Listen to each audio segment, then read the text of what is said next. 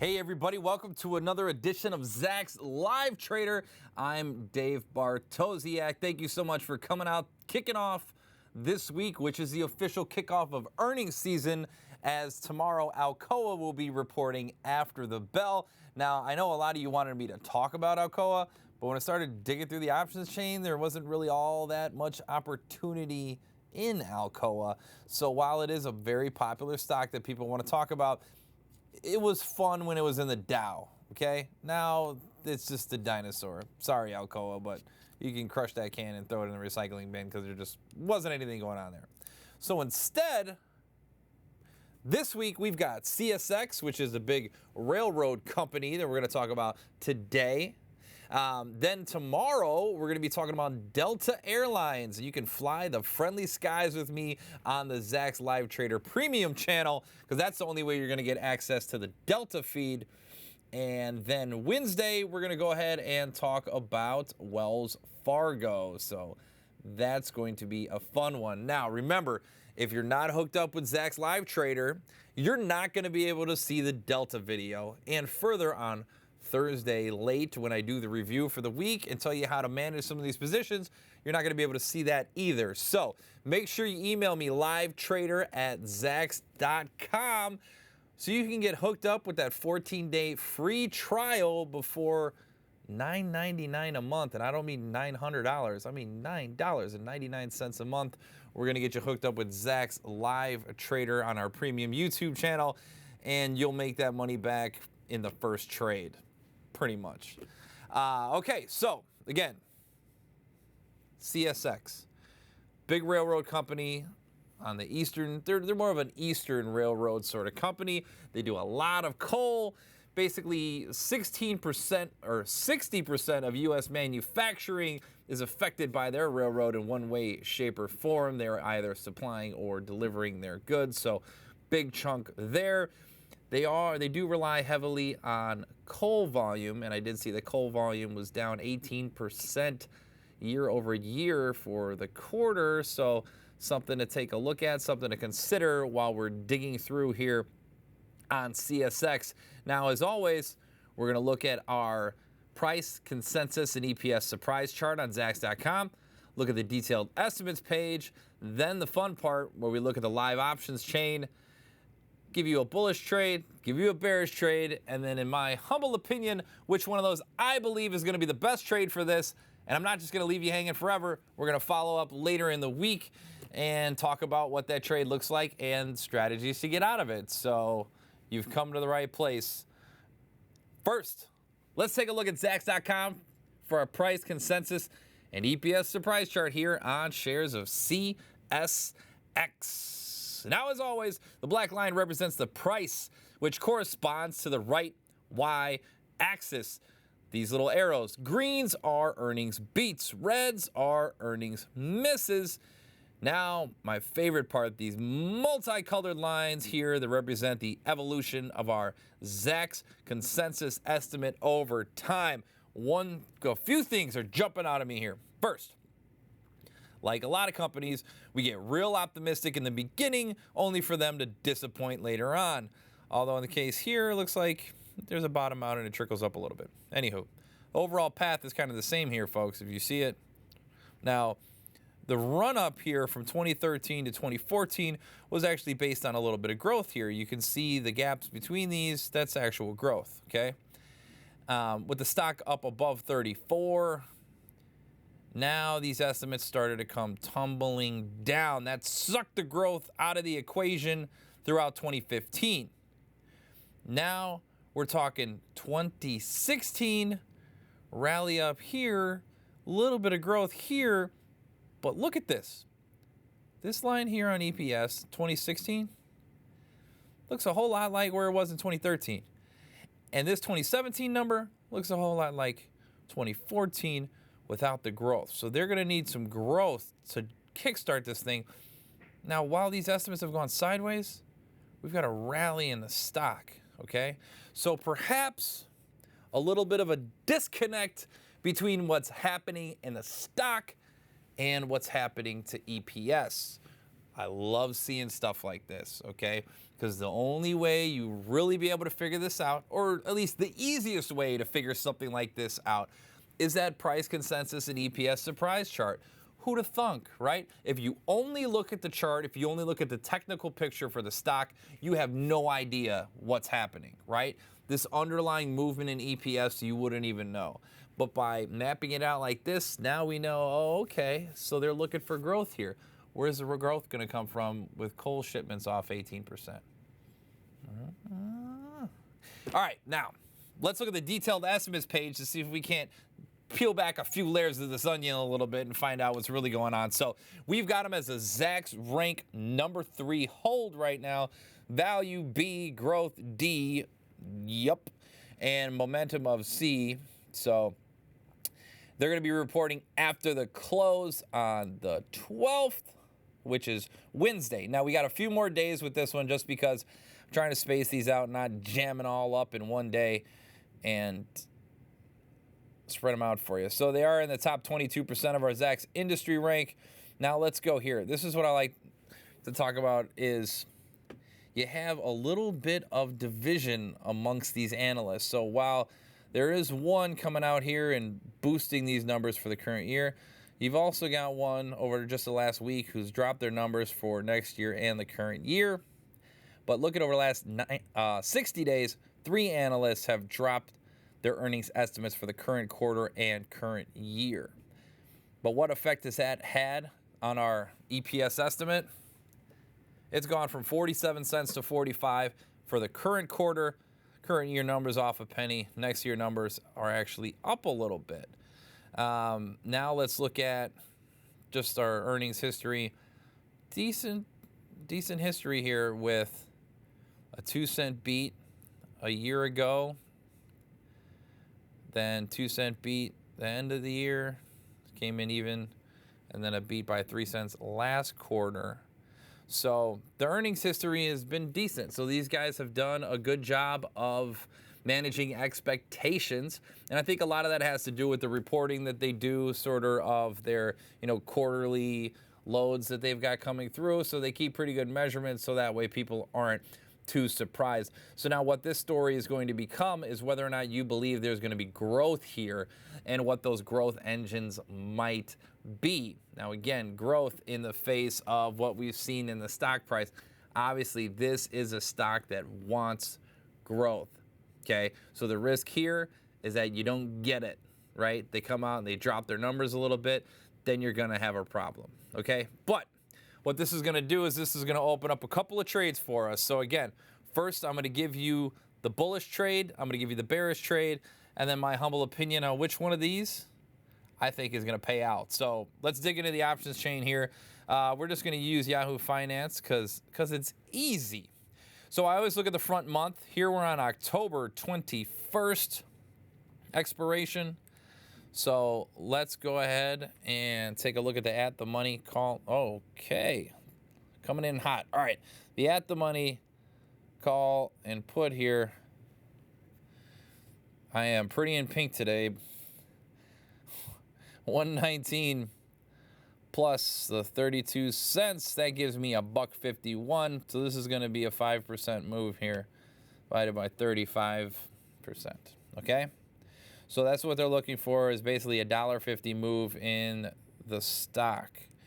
Now remember, come on, clean me out, buddy. Oh my goodness, hang on, guys. We got a problem here. Clean me out. There we go. Okay. So the stock's trading at 30.80, and we're talking about a $1.50, in either direction. So that's 32.30. on the upside and 29.30 on the downside, okay? So that's essentially what we're pricing in. I don't think that's too expensive, given some of the stocks that we've seen here, okay? So, so there's no kind of glaring, yes, Dave, we should be selling this here, popping out at me. Now, the other thing I always like to do is I check out our numbers here on volume and such. I'm going to make this a little, I'll keep the pink, but I'm going to go a little smaller. Okay. So look at some of these. Open interest, 2387. 81, 87, 15,000, 18,000. So some decent open interest. And then here on the put side, we've got several contracts with 1,000. But let's just go out to November.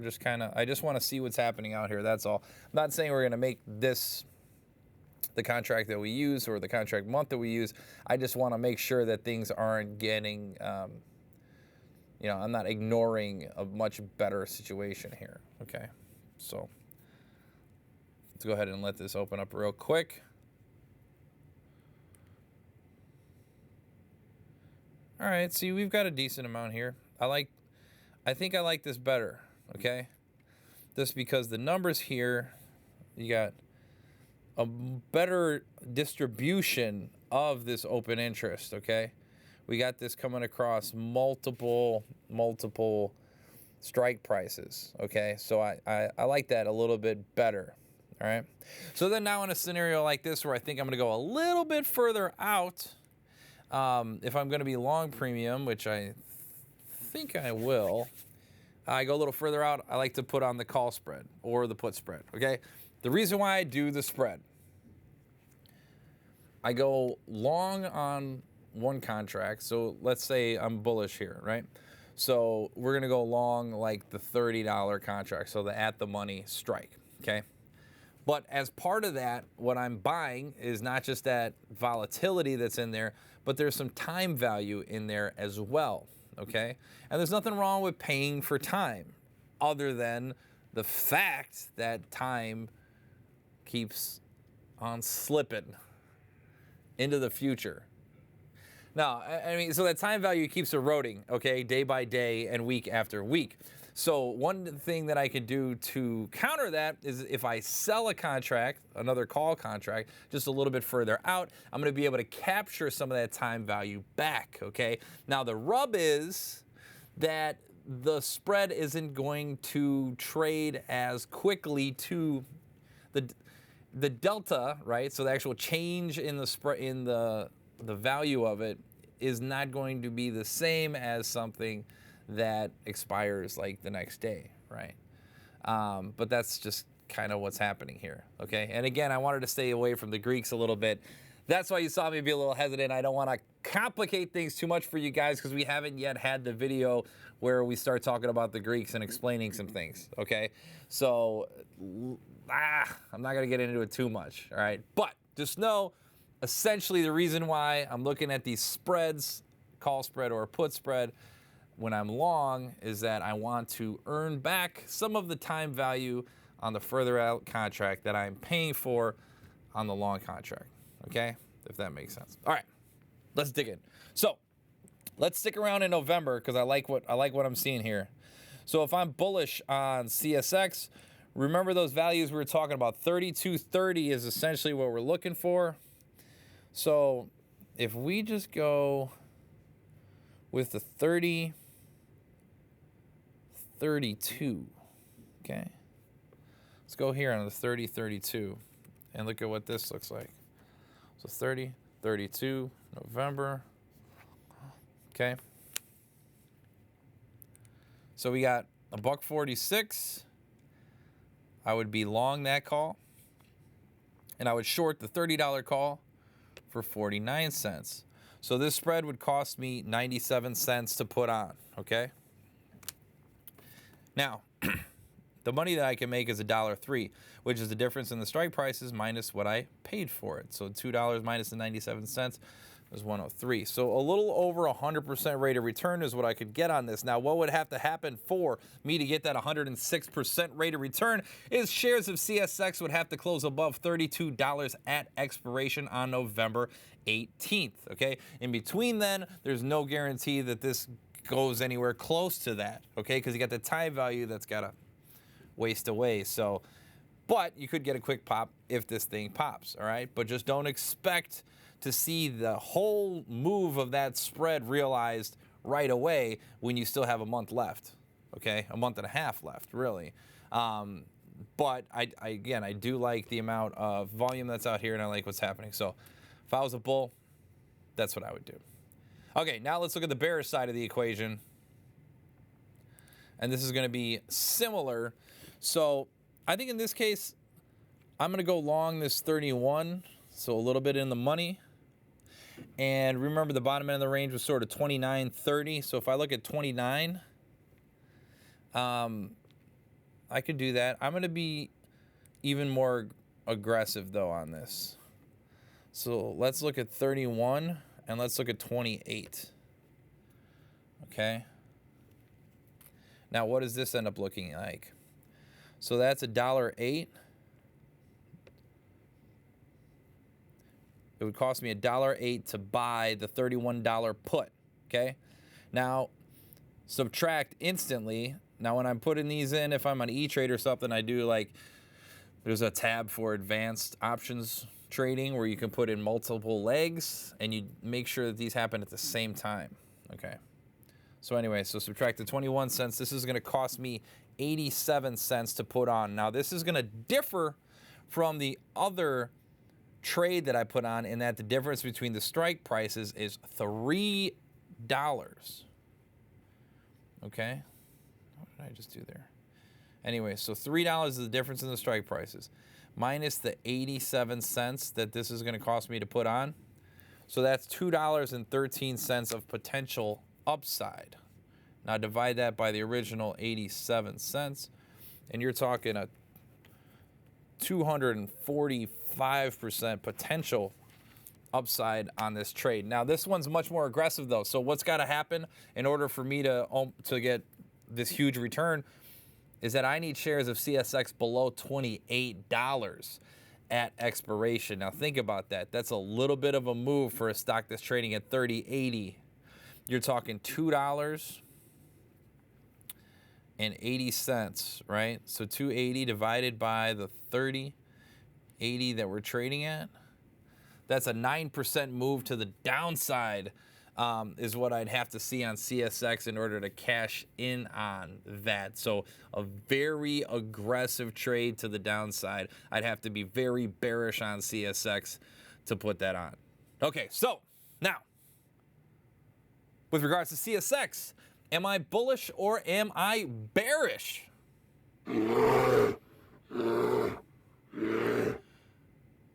Just to upset everybody in the back, that's the sound a bear makes, folks.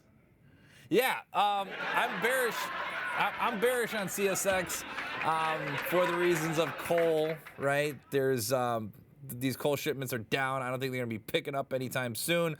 And with the EPS line going sideways, why is the stock rocketing higher?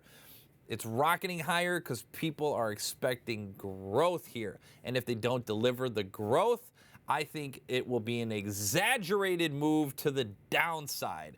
So as long as they report and they don't give a fantastic report, I think you're going to see some downside here for shares of CSX. Now, if it was a little bit more expensive on the option side, I would probably just go short some calls here.